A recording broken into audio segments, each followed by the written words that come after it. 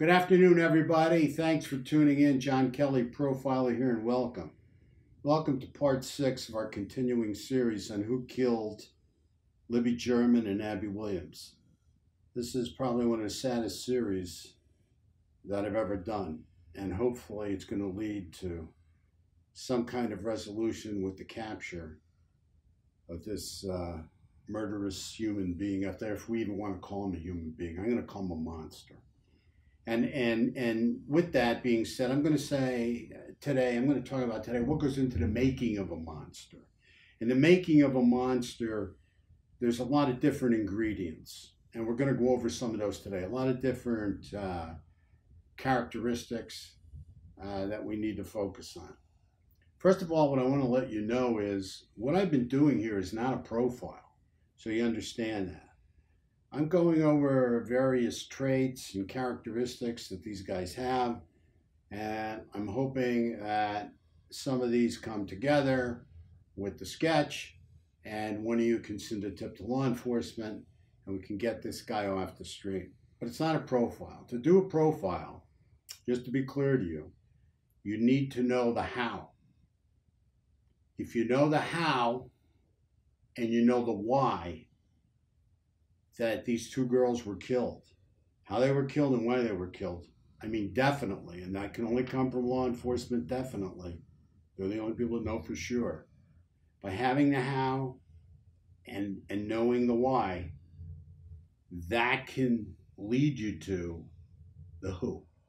So what we're doing, and we've been doing, is focusing on and going around with the various characteristics that these persons show early on. And hopefully that can lead to a major person of interest and hopefully, break the case. The beginning ingredient, usually the major ingredient, is anger. Okay? I mean, somebody that would kill two little girls and in an out of the way area go and actually go out of their way to find two little girls to kill is a monster, and a monster loaded with rage. Okay? And it usually starts as anger, and as we've talked about, then escalates to rage. Anger is the primary ingredient. Now, when you look at what causes this anger that turns into what we call volcanic murderous rage, we have to really look at, usually we're looking at physical abuse, neglect, and humiliation. Usually, these are part and parcel of what creates the anger, which progresses into the rage, the volcanic murderous rage. Humiliation's a big one, and humiliation can come from different areas, and it can even come not only from being humiliated by the childhood abuse in a family, a dysfunctional family system, but also with maybe growing up and young girls making fun of him. Maybe he was humiliated by younger girls growing up. Didn't necessarily have to come all from his dysfunctional family. And all these different dynamics, when you put them together, can create a feeling of powerlessness. So you have a young man growing up, usually in a very dysfunctional system, going through abuse and humiliation and feeling powerlessness. Now this continues as he starts to get older. As he starts to get older, he starts to feel a need for power in order to survive this very dysfunctional and abusive system. He starts to have power over other things. Usually starts with smaller things. A couple of serial killers that I've evaluated over the years and spent a number of hours interviewing said they've even started with insects and killing insects and burning insects. And then they've moved up to smaller animals. And I've talked about this before. And then killing bigger animals, usually becoming hunters. Many of them become hunters. Even torturing animals, showing a lot of animal cruelty. This is usually a sign of one of these guys in their childhood or their teens.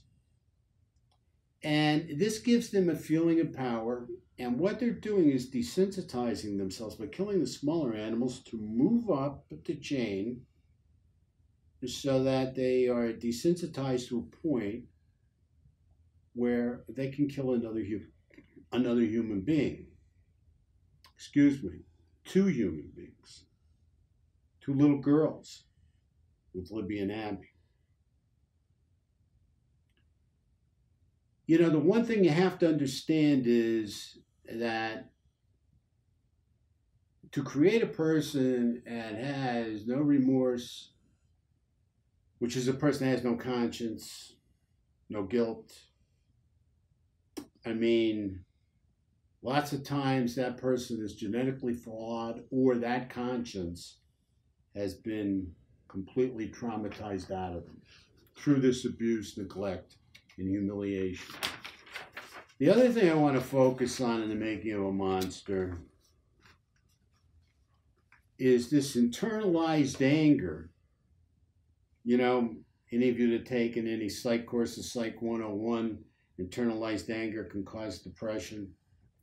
Well, usually, you know, this childhood powerlessness and abuse can create a lot of internalized anger early on, which can create a depressed mood. So a lot of these people are teetering on depression. They have low self-esteem, which is causing a depressed mood. So how do they get out of this depressed mood? 99% of the time, these guys never go see a psychiatrist for medication or go for counseling. So what they do is they start to realize that if they act out in with risky behavior, that what's going to happen is they're going to have some stimulation. And that stimulation, in many ways, is going to be caused by an adrenaline rush. So the more risky behavior, the more stimulation, the more of an adrenaline rush. And it feels good. It feels good along with their fantasy of having some power and control over whatever their fantasy is about, whatever kind of person it's about, and it's usually a female. That's going to soothe these feelings of powerlessness and low self-esteem. That's why they continue in the fantasy, and the fantasy elevates as they get older, because it actually becomes an antidepressant. The fantasy, along with the risky behavior and the adrenaline rush and stimulation, is very soothing to the low self-esteem and depression. It's like the built-in antidepressant. They actually can become, and something we look for is like an adrenaline junkie. They get addicted to acting out with this risky behavior early on in childhood and start to move up the line until they get to the point where there's a lot of sexual acting out. See, these guys usually, in fact, I'll say pretty much all the time, okay, are stimulant addicts. Okay, these are guys that their drugs of choice, if they decided to do drugs, would be central nervous system stimulants. Their choice of drugs would range from methamphetamine to cocaine. You know, some kind of stimulating drug, maybe even Ritalin. Okay, but it would have to be a central nervous system stimulator. That's what they're about. They're about the stimulation. And they get a lot of stimulation, as I said, you know, from the fantasy and the risky behavior and the acting out and the other forms of stimulation that they enjoy that, again, you know, soothes these terrible negative feelings that they have going on inside themselves. is pornography and any kind of sexual stimulation. Sexual stimulation is a central nervous system stimulant. Cocaine is a central nervous system stimulant. Methamphetamine's a central nervous system stimulant. Ritalin is a central nervous system stimulant. And also gambling. Gambling is a central nervous system stimulant. So gambling and sexual acting out will cause a lot of central nervous system stimulation. And they're not drugs, they're not substances, but they work on the same part of the brain. You will not find a person, a serial killer I'm talking about now, whose drug of choice was heroin. I'm talking about a sexual predator. You will not find one whose drug of choice is heroin, because heroin is a downer. It's a sedative. It sedates them. It doesn't give them the feeling they want. They can't go out and stalk other people, especially go after two young girls, if they have a drug of choice that's a downer or a sedative, like heroin or any other type sedative. So keep in mind the risky behavior, the stimulation, the porno, the sexual excitement, wherever they're getting it from, which fuels the fantasy that they are always in after, I would say, age 12 years old, definitely. And then, of course, you know, you have the other forms of antisocial behavior that we talked about with, you know, different types of stealing, you know, women's garments, exposing themselves, you know, videoing females in various stages of undress, and even shoplifting, blah, blah, blah. But keep in mind, you're going to have a lot of people, the majority of people that do get involved in these kinds of different things, will not turn out to be murderers of two little girls or serial killers. So if you have somebody in mind and they look like the sketch or have a resemblance for the sketch, then it's something to consider, maybe a person of interest. Now, the other thing that the superintendent brought out, and I can't agree with him more, early on is that these guys follow the news. We've brought that up a couple times as well. But he was emphatic about that, and he's right. I mean, and I'm positive about that. These guys don't want to get caught, so they're always on top of the news. They're following the news. They want to know what's going on. Years ago, it was just TV. They'd be following TV and seeing if they popped up and if they could get a glimmer of what the police might know or the media might know, so they could continue to dodge the cops. Today, it's the internet. Today, most of the news is coming out real quick on the internet. So we'd have to believe if this person is internet savvy, which I believe they probably are, unless, you know, there's some kind of homeless hobo on the move who's a visionary kind of killer and on his way out of town, you know, just happened to get lucky and come across these two victims of opportunity. I mean, you know, I have to believe somebody has some internet experience. So the question would be, if the person is smart and has some internet experience, let's look at it like maybe they're internet savvy. So they think to themselves, well, I don't want to hit these websites because if I hit these websites from my computer, the cops could be monitoring the website and could, you know, lead them back to me.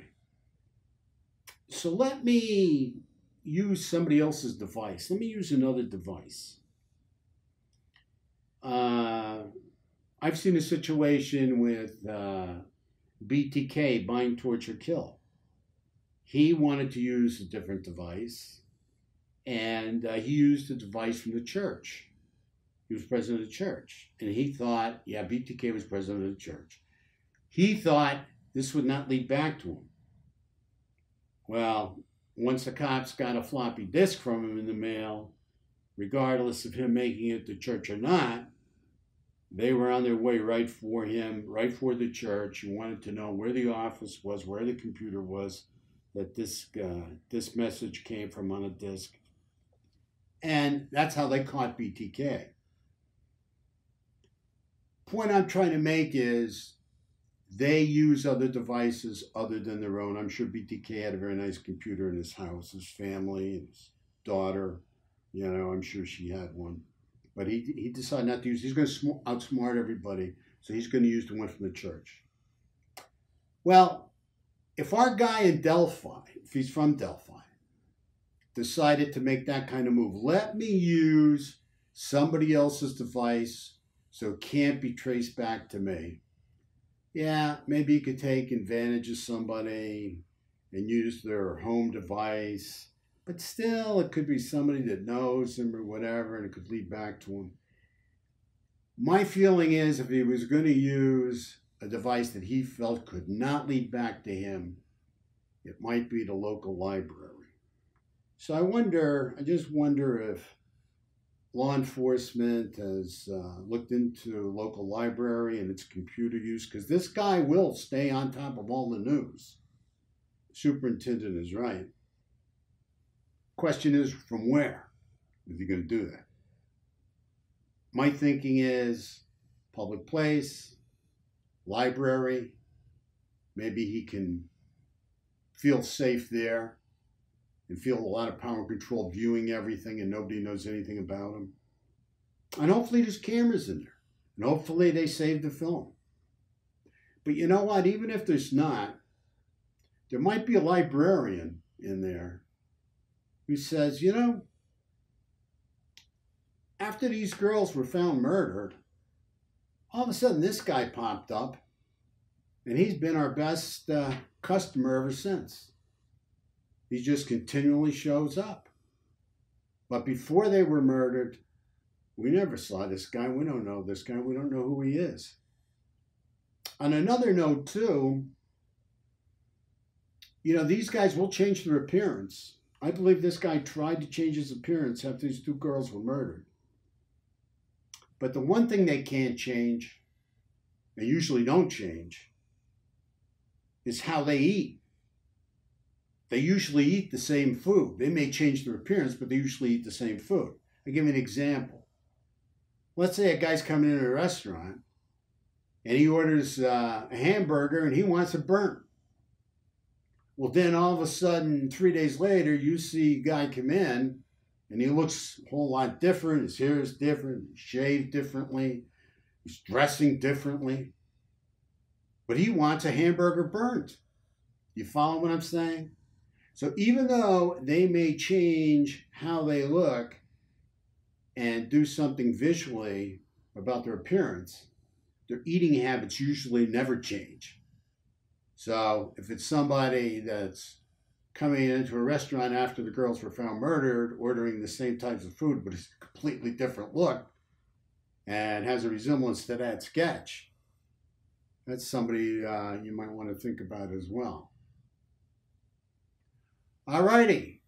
Thank you so much. I know I've talked a lot today, and hopefully I've gotten some good points across.